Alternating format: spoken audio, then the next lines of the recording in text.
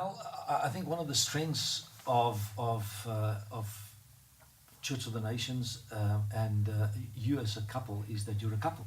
That whatever you do together. We have seen and learned to celebrate and enjoy just the togetherness, just the team, just the friendship that you two have is so phenomenal. And you obviously are not just, we know you're not just a yes and amen girl. I'm not?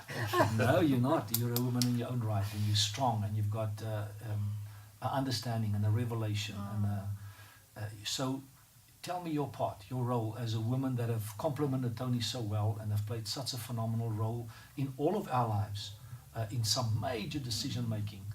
How was that for you? Okay, well, I think I should start by saying that I had a call on my life from God. Yes. It wasn't just that I was married to this man or God gave him to me and I was just going to follow. I was going to do that, but it was more than that. Exactly. I distinctly heard the voice of God say, I want you to follow after me. And I knew that that meant ministry of some shape or form, obviously in the denomination we were in at the time.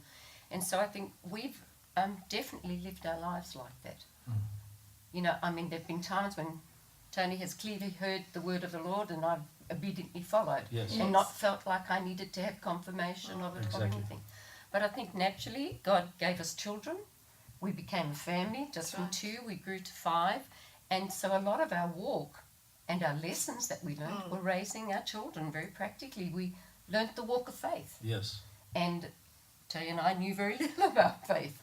We took that first journey, trusting God, with very little money or possessions or anything, went to a different country to live. But very quickly we realized, hey, there's a lesson here to learn. We better we've got to provide for these 3 children. Yes. And so I think for me, it's always been one lesson after another. Yes. There's been lots to learn, lots to do, but it's been a walk of not just obedience, but life and enjoyment. Yeah. You know, some people think service is difficult. It's I not. think an important thing that you are saying, you were not just kind of being dragged along. No.